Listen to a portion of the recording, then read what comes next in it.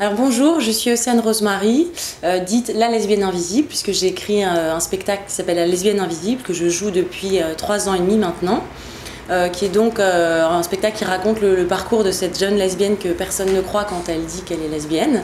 Et plus largement, c'était pour parler voilà, des lesbiennes, expliquer un peu l'homosexualité féminine aux hétéros. C'est tout ce que vous avez toujours voulu savoir sur les lesbiennes sans jamais avoir osé le demander. Évidemment, proposer aux lesbiennes un spectacle auquel elles puissent s'identifier et qui passe en revue un peu tous les clichés, ce que j'appelle l'homophobie bienveillante, même si c'est un peu un paradoxe, c'est-à-dire toutes les choses auxquelles on se confronte en tant que lesbienne dans notre vie quotidienne.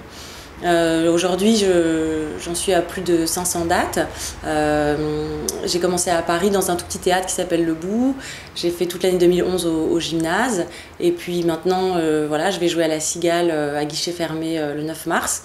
Et la tournée continue. Voilà. Et on va sortir un DVD au courant de l'année, le DVD du spectacle. Et donc, disons que je fais partie des gens qui donnent un peu la parole aux lesbiennes, tapis dans l'ombre, qu'on ne voit jamais, et tout d'un coup, qui racontent un peu leur vie.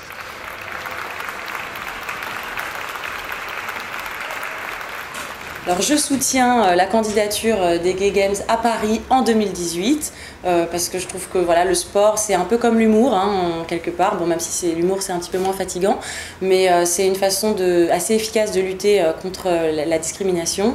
Et vu tout ce qu'on a pu voir en France ces derniers temps avec les manifs, des gens qui étaient contre le mariage pour tous, aujourd'hui la PMA qui est toujours pas passée, etc.